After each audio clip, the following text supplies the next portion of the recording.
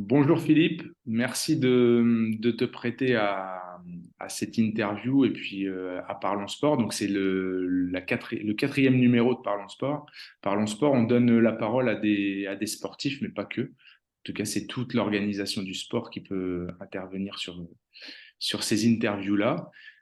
Et toi, tu vas nous parler un peu plus en détail d'une expérience que tu as vécue cet été au Canada, dans le club du Celtics au Richelieu. Donc, tu as vécu en immersion dans un club de football et de soccer, comme on appelle là-bas. Ouais, Et donc, tu vas nous parler de ça en détail. Et juste pour rappeler que cette expérience, elle est mise en œuvre par le Celtics, qui est membre du collectif Club Soccer Camp Academy. Et donc, le club offre la possibilité à des éducateurs français d'aller vivre une immersion de 2 mois ou 3 mois aux Celtics, là où c'est le rush chez eux l'été, et là où, à contrario, en France, c'est plutôt pian-pian, tranquille. Donc, ça demande un peu d'organisation, mais le club finance tout pour aller leur prêter main forte sur leur période de rush. Et donc, toi, tu en as profité l'été dernier, donc il y a certainement eu une petite organisation de ta part pour pouvoir le faire. Mais ouais, tu vas justement nous détailler tout ça et peut-être nourrir l'intérêt pour certains éducateurs qui voudraient participer à la campagne 2024. Donc là est tout l'intérêt. Donc merci d'être avec nous et puis je vais te laisser dans un premier temps te présenter, Philippe. ouais. Ben, salut Romain. Moi, en fait, je suis éducateur sportif. Je suis coach de foot depuis de nombreuses années. J'ai été notamment en Alsace, mais là, depuis quelques temps, j'habite dans le sud, à côté de Toulon.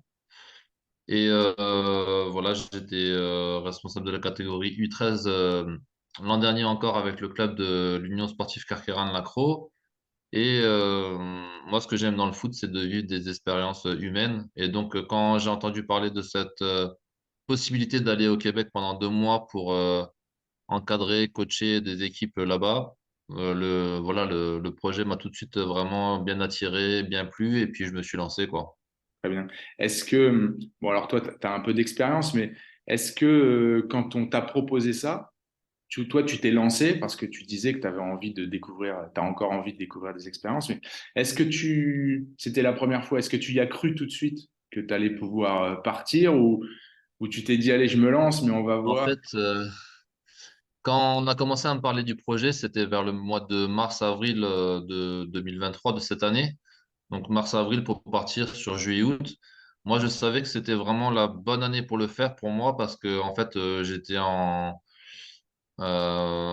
savais que j'allais arrêter de collaborer avec mon employeur qui était donc le club de foot de l'Union sportive Carqueiranne-Lacroix et que vers mai-juin, en fait, je serais plus salarié du club et donc au niveau emploi du temps professionnel, on va dire, ça coïncidait bien avec mes possibilités de partir sur une période de 2 mois. Donc, c'est effectivement bien tombé pour moi, puisque ben, je suis salarié, enfin, je suis quelqu'un d'actif, hein, je suis pas un étudiant. Donc, voilà, pour se libérer comme ça pendant 2 mois, il faut avoir une certaine opportunité et que ça tombe bien au niveau de son timing professionnel. Mais c'était le cas pour moi, donc j'ai pas trop hésité. Et puis, c'est vraiment une envie de découverte, de voir un autre pays, une autre culture. Et voilà, quand j'ai commencé à entendre parler du projet, j'ai vraiment été motivé à fond pour le faire. Et puis j'ai pris mes dispositions pour pouvoir me libérer sur la période de juillet-août. Ok, ouais, c'est vrai que t'es pas le profil type, c'est-à-dire qu'il faut pouvoir se libérer Mm. au moins juillet-août, parce que le club autorise à venir 2 mois. L'idéal, c'est 3 mois, juin, juillet, août, mais autorise Ouais, 2 mois. Par contre, moins de 2 mois, effectivement, ils ne financent pas parce qu'en termes d'engagement financier, c'est un peu compliqué pour eux, juste pour un mois. Mais c'est vrai que le ouais, profil type, bah, c'est évidemment soit des étudiants ou fin d'études qui peuvent se libérer juillet-août. T'es pas dans le profil type, mais en tout cas, t'as pu en profiter. Alors, toi, tu es arrivé au niveau organisationnel. Quand tu es arrivé, comment ça s'est passé? Le club t'a accueilli? Où est-ce que tu as logé? Comment ça s'est organisé, si tu peux nous raconter? nous on a fait cette collaboration avec le club du Celtics au Richelieu. C'est un club qui se trouve à Saint-Jean-sur-Richelieu, à peu près une bonne demi-heure de Montréal. Et oui, les choses se sont fait naturellement. En fait, on a vraiment été bien accueillis. Ils avaient tout prévu pour qu'on se sente au mieux dès le départ. Quelqu'un nous a récupérés à l'aéroport et puis après on a pu se loger pendant quelques temps dans ce qu'on appelle un CEGEPS sur Saint-Jean. Donc le CEGEPS, c'est un espèce de, c'est comme un peu les internats ou les universités en France, quoi. Hmm. Donc, on a pu loger là-bas. Il n'y avait aucun souci sur le logement. Et puis, on était toujours bien entouré par les gens du club qui étaient toujours dispo avec WhatsApp, etc. On avait créé un groupe WhatsApp pour s'organiser et on avait toujours des possibilités si on avait besoin de quoi que ce soit, de faire des courses, de se déplacer d'un endroit à l'autre pour avoir quelqu'un qui nous aide, en fait, tout simplement. C'est vraiment des gens qui sont accueillants et qui sont généreux par rapport à ça. Ils sont toujours là, en fait, et ils font le maximum pour qu'on se sente bien dès qu'on arrive, quoi. Et ça, tu parles du club, mais justement, la transition, elle est bonne. Il y avait une question là-dessus. C'était comment, toi, tu y étais jamais allé au Canada ou au Non, Québec? j'y Non. suis, non, c'était vraiment une première. Donc les gens s'en font une idée, mais comment toi tu as ressenti justement la population? Alors pas forcément le club, hein. Évidemment tu as été dans le club, mais comment tu as ressenti justement cette population québécoise en termes d'état d'esprit, de... Franchement, c'est des gens adorables, hein. C'est assez différent de la France par rapport à ça, par rapport à l'état d'esprit. C'est des gens qui sont très positifs. C'est un peu la mentalité à l'américaine, en fait, où voilà, let's go, et puis ils sont positifs. Euh, Nous, en France, depuis quelques temps, enfin, je sais pas, on est un petit peu aigris, alors que c'est tout le contraire. Ils sont toujours de bonne humeur, ils sont toujours partants, ils sont toujours positifs. C'est des gens très simples, très accueillants, très gentils. Euh, je pense que voilà, ils ont un climat qui est pas facile et ça fait qu'ils ont une certaine solidarité entre eux. Et ouais, moi, ça s'était un peu mal goupillé avec mon employeur, avec mon club, parce que voilà. Et le fait de partir 2 mois au Québec, ça m'a vraiment euh, fait rencontrer d'autres personnes et vraiment apprécier ces gens-là. Ils sont, franchement, au niveau de l'humain, c'est vraiment génial. Super. Moi, c'est ce qu'on entend en tout cas d'ici. Donc, puis toi, tu as pu le vivre quand même sur 2 mois, donc pas seulement une semaine ou 10 jours. Donc Mm. voilà, c'est des propos qui sont apportés et qui sont vraiment vécus. Non, Euh, on était vraiment en immersion dans le Québec, à côté de Montréal, mais voilà, c'était top. On a vraiment pu découvrir la culture québécoise et voilà, c'est génial comme expérience. Qu'est-ce que tu as vécu toi comme expérience pédagogique au club? Comment on t'a utilisé et quelle tranche d'âge tu as peut-être coaché, encadré en match, en tournoi, je sais pas. Est-ce que tu peux nous expliquer justement cette En organisation? fait, il y avait deux activités principales sur lesquelles ils comptaient sur nous. C'était sur l'encadrement de l'école de foot et des équipes de jeunes du club, comme chez nous, de U6 à U16. Et en fait, ce qu'ils ont fait, c'est qu'ils nous ont fait un petit peu tourner sur les différentes catégories. On venait un petit peu au coup par coup pour soit remplacer un coach qui n'était pas dispo, soit venir en renfort sur les séances d'entraînement. Parce que de U6 à U9, un peu comme en France, on peut se retrouver avec des groupes de 60-80 jeunes, avec des ateliers tournants, des choses comme ça. Donc, souvent, on allait en renfort sur ces séances-là. Mais on a aussi, je dis on parce que j'étais avec Marvin, j'étais pas tout seul, on était deux.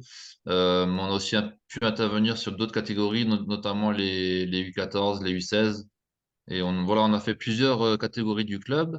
Et à côté de ça, il y avait aussi les stages qu'organisait le club, les stages de perfectionnement. Donc là, c'était plus en matinée, de 9h à midi. En fait, c'était des stages de perfectionnement avec entre 15 et 20 jeunes par semaine. Et là, pareil, avec Marvin, on animait ces stages de perfectionnement. D'accord. Ouais, effectivement, vous étiez deux éducateurs cet été. Donc Marvin Ouais. aussi du club du Val-de-France. Et puis l'expérience a été alors riche de votre côté. Et j'imagine qu'elle a été riche aussi pour le club parce que il y avait deux pour la première année et puis ils en appellent quatre pour l'été 2024. Donc toi, tu as Ouais. ressenti ça justement c'est vraiment leur période de rush hein, l'été. Hein. Quand nous on est à l'arrêt en France, eux c'est les forts programmes. Tu as Ouais, ressenti tout à que fait. vous avez vraiment des gros besoins à cette période-là là, dans l'encadrement.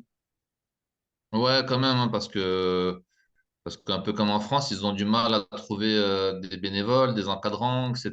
Donc, enfin, après, ils en trouvent toujours, on va dire, mais c'est vraiment, eux, ils sont en pleine saison, en fait, pendant l'été. Leur saison d'été, elle commence de avril à octobre. Mm. Donc, sur la période de juin à août, c'est vraiment en plein cœur de la saison. Et ouais, je pense qu'ils ont un réel besoin de coach et en plus, si ça peut être des coachs français avec notre connaissance du foot et du soccer, etc., c'est sûr que c'est encore mieux pour eux, quoi. Mais oui, je pense qu'il y a un réel besoin pendant l'été pour le Québec.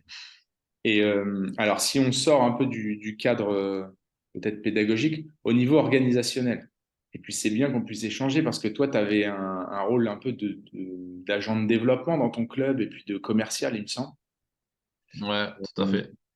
est-ce que toi, tu as eu le temps un peu de voir comment était organisé le club ou les clubs au Canada, et même au niveau Ouais. structurel?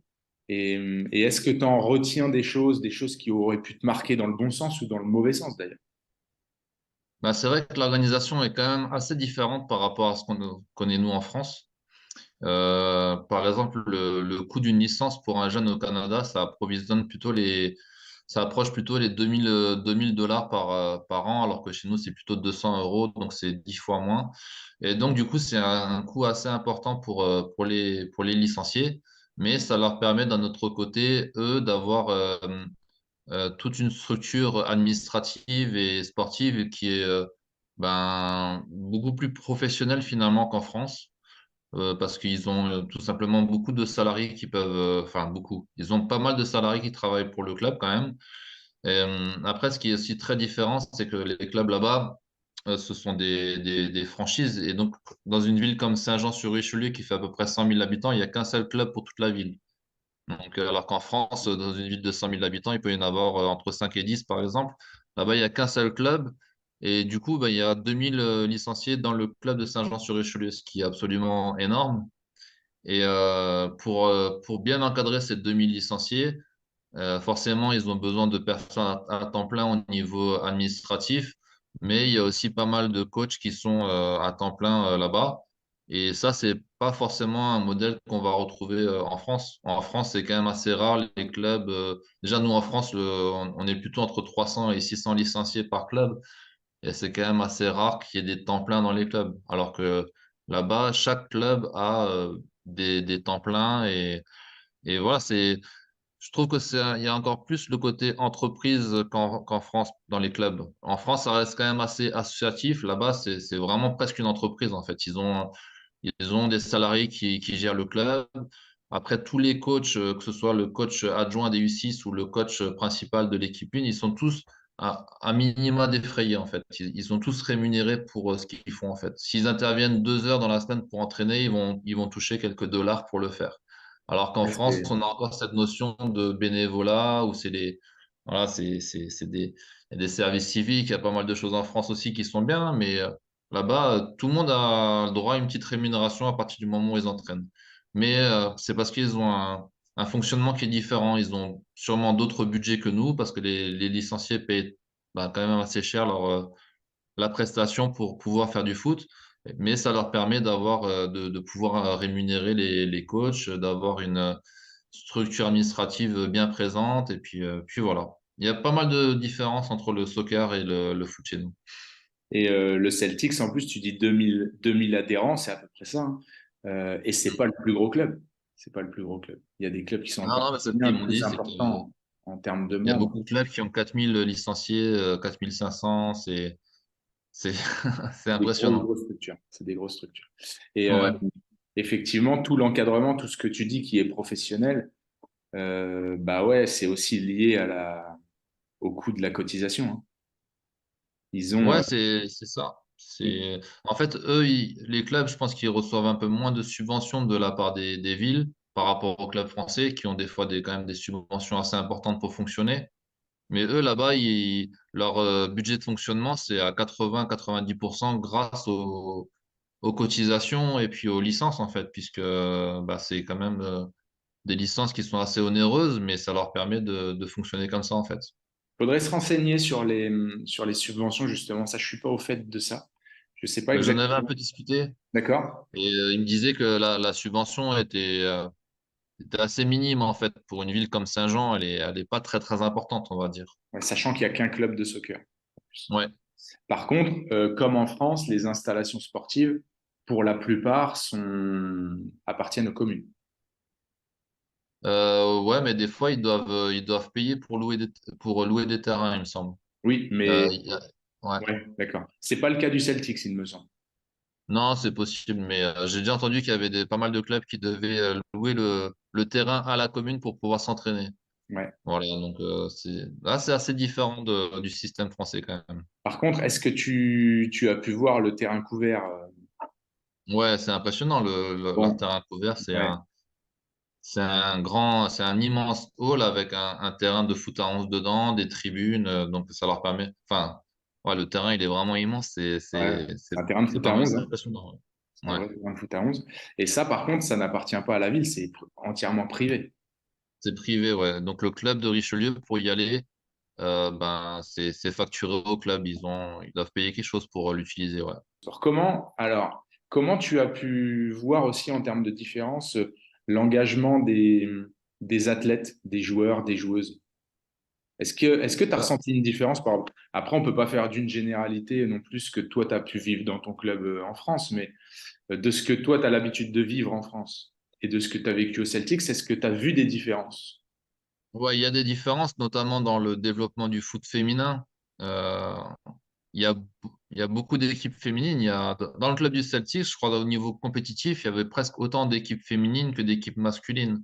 Et dans tous les clubs de soccer du Québec, à ce que j'ai compris, c'est comme ça. Et c'est vraiment du garçon ou fille, c'est du 50-50 au niveau des licenciés, en fait. C'est vraiment ça, quoi.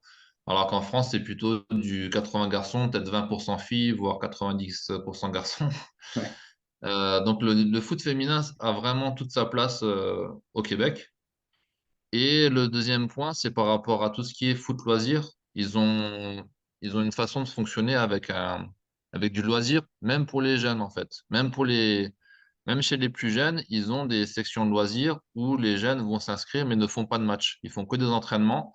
Souvent à côté, ils font d'autres sports. Ils font peut-être du hockey ou du basket, mais ils jouent au soccer juste en loisir. Ils font juste un ou deux entraînements par semaine, donc ils payent une licence. Donc ça fait des licenciés pour le club, hein, voilà, mais ils sont juste loisirs. Et dans le club de Richelieu, par exemple, du Celtics, il y a effectivement 2000 licenciés, mais plus de la moitié n'a qu'une licence loisir au final. Donc c'est pour ça aussi qu'ils arrivent à avoir autant de licenciés, c'est parce que ils ont vraiment développé tout l'aspect loisir. Ouais, et ça, c'est pas propre aux Celtics, hein. Non, non. Beaucoup de clubs au Canada fonctionnent de cette manière-là. C'est-à-dire qu'il y a plusieurs programmes différents. C'est pour ça qu'en termes de structuration de club, de développement de club, en France, Ouais. on a quand même pas mal à apprendre là-dessus sur la manière un Bah, peu franchement, ouais. de développer des produits à l'intérieur de son club qui peuvent être complètement différents. Et Mais après, nous en France, je pense que les gens ont un autre état d'esprit et je pense que les clubs ne le font pas parce que les parents ne sont pas demandeurs aussi. Les parents, quand ils inscrivent leurs gamins en France au foot, c'est pour faire de la compétition avant tout. Les gamins, ils veulent faire des matchs, ils veulent faire de la compétition. Et là-bas, ils acceptent le fait de faire que des entraînements, en fait. Ils y vont, mais souvent, ils font un deuxième sport à côté aussi, donc c'est un peu différent. Mais c'est vrai que ce côté foot loisir, bah, je le connaissais pas. C'était vraiment intéressant de voir comment ils ont réussi à développer ça ouais, ça fait au final beaucoup de licenciés en plus pour le club, quoi. ouais, et Sachant que la licence est à 2000 euros, c'est intéressant. ouais. Alors, je sais pas s'ils payent 2 000 € pour juste la Non, ils doivent payer moins propriété. en loisir, Pour le ouais. loisir, Mm. ouais, ouais, ils payent quand même beaucoup moins. 2 000 €, c'est vraiment pour ceux qui sont en compétitif et Ouais, qui ont une pratique quasi annuelle. Quasi annuelle. Mais c'est je sais ça. pas si tu as eu l'occasion d'échanger parce que tu as été un peu sur le compétitif. Oui, oui, oui, j'ai fait Ouais. aussi des entraînements avec les U16 notamment, et les U14 compétitifs, ouais. Et je sais pas si tu as pu échanger un peu avec eux justement sur leur autre pratique qu'ils auraient à l'année. Est-ce que tu te rends compte que ces athlètes-là peuvent avoir aussi d'autres pratiques que que le soccer? Bah, sur les jeunes qui sont compétitifs, la plupart du temps, le soccer, c'est leur sport numéro un. Et comme en France, voilà, ils espèrent tous faire une belle carrière, etc. C'est plus en loisir qu'on retrouve des jeunes. Après, le loisir, je crois que chez eux, il me semble, hein, si je dis pas de bêtises, mais je crois que ça s'arrête à U10 ou U11. Après, voilà, ils passent tous en compétitif. Mais souvent, pour les gamins de 5 à... Enfin, souvent, ils commencent déjà même avant, parce que j'ai vu des petits, ils avaient 3 ans, 4 ans, ils savaient à peine marcher, ils étaient déjà en train de taper dans le ballon. Mais, euh, mais souvent, ces jeunes qui sont en loisir, qui ont entre 4 et 11 ans, souvent, ils font un autre sport à côté. Et c'est aussi dû au climat, parce que, il y a deux saisons là-bas, il y a la saison d'hiver, la saison d'été. Donc souvent, ils vont faire une saison d'été au soccer, mais la saison d'hiver, ils vont peut-être faire du hockey sur glace. C'est ça. Mais c'est pour ça que même ceux qui sont en compétitif, il y en a pour certains, je vais pas dire tout le monde, hein, mais beaucoup d'athlètes ont une double pratique. Parce Ouais, que ouais, mais l'été, comme tu l'as dit, c'est de mars à octobre à peu près, hmm, avril à octobre. Et donc, la période d'hiver, bah, il y en a beaucoup qui font autre chose. Tu dis le hockey, bah ouais, c'est le sport roi là-bas. Mais ouais. il y a d'autres pratiques aussi qui se pratiquent l'hiver. Et c'est vrai qu'il y en a beaucoup qui font les deux. Mais après, ceux qui sont en compétitif, les gamins sont souvent très motivés, comme tu dis, des athlètes. On sent qu'ils font peut-être d'autres sports. Et souvent, ils font deux entraînements, voire trois dans la semaine. Et souvent, ils font encore des entraînements avec des coachs individuels. Ça, c'est quelque chose qui est Ah, vraiment très, très développé au Québec. C'est aussi une spécificité dont je voulais parler parce que, encore, bon, en France, ça commence à se faire un petit peu, mais au Québec, il y a vraiment des profs de foot, de soccer individuels pour, voilà, les gamins sont très demandeurs par rapport à ça, sont très friands de prendre une demi-heure ou une heure par semaine en plus avec un coach individuel. Donc, bah, là aussi, pour tous les coachs français, il y a des opportunités, je pense, à faire peut-être une expérience au Québec parce qu'en tout cas, il y a de la demande du public par rapport à cette activité de coaching personnalisé, quoi. ça, c'est vrai. Alors qu'en France, c'est une activité qui est plutôt mal vue, hein. C'est pas très, Ouais. très bien vu, ces coachs qui proposent des séances individuelles, alors que Mm. là-bas, c'est complètement dans les mœurs, tout le monde connaît, et puis les Ouais. parents sont très demandeurs, et puis ça crée même bah, plus d'activités sportives pour les jeunes. Et puis, quand on sait Ouais. aussi que nos jeunes en France, et comme ailleurs d'ailleurs, hein, pratiquent de moins en moins d'activités sportives, Ouais. on pourrait plutôt voir ça d'un bon œil, le fait que plutôt que d'être sur les écrans, ils soient sur un Ouais, terrain c'est clair. avec quelqu'un qui s'occupe d'eux et qui les fait courir. Ouais. Donc, c'est vrai que ça, c'est une vraie spécificité de l'Amérique du Nord, ça. Ouais. Se rajouter des Ouais. séances, se rajouter du spécifique. Mm. Pour finir, Philippe, s'il y avait des jeunes là qui te contactaient pour te dire ah, j'hésite à vivre cette expérience, qu'est-ce que tu leur Alors, dirais? déjà, je leur dirais de ne pas avoir trop de crainte parce que ça se passe super bien au final. C'est vrai que moi, quand j'en ai entendu parler, on m'a dit que le billet d'avion a été pris en charge, l'hébergement. Bon, alors on peut se demander si c'est pas une blague ou quelque chose. Mais non, non, c'est très sérieux, c'est très professionnel. Euh, Vraiment, il n'y a aucune crainte à avoir. Et si vous avez la chance de pouvoir vivre une expérience comme ça au Québec, il faut vraiment foncer, faut vraiment y aller. En plus, sur une période d'aller 3 mois, 3 mois, c'est rien, ça passe hyper vite. Et c'est bien de découvrir une première fois le Québec, je pense, sur une période de 2, 3 mois, pour pourquoi pas envisager de revenir par la suite sur une période un peu plus longue.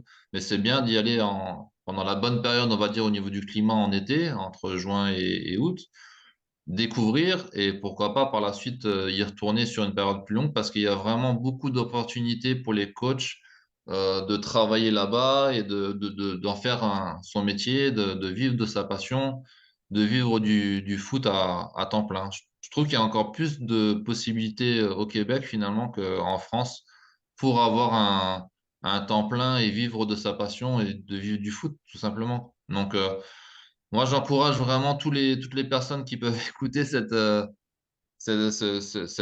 interview de foncer, de laisser prendre confiance par rapport au projet qui se met en place et ça se passe hyper bien et c'est fabuleux de vivre ça. Bon, bah parfait. T'as visité un peu en étant là-bas? T'as fait Montréal, Oui, parce qu'en plus, on a quand même du temps en fait pour faire des visites. C'est vraiment, on peut concevoir les deux, c'est-à-dire vacances et travail, parce que souvent les entraînements sont soit le matin avec les stages, soit le soir pour les entraînements. Donc, dans la journée, on a du temps. Il y a Montréal qui n'est pas loin, qui n'est qu'à une demi-heure. Donc, j'ai visité Montréal, mais j'ai aussi accompagné des équipes sur des tournois sur la ville de Québec, sur la ville d'Ottawa. Donc, j'ai pu visiter, j'ai fait des connaissances, des amitiés, etc. Et puis, j'espère y retourner très bientôt, très franchement. bon, bah, c'est top. Écoute, merci Philippe, merci beaucoup. Et puis, Je t'en prie, Romain. j'espère que ça donnera envie à certains.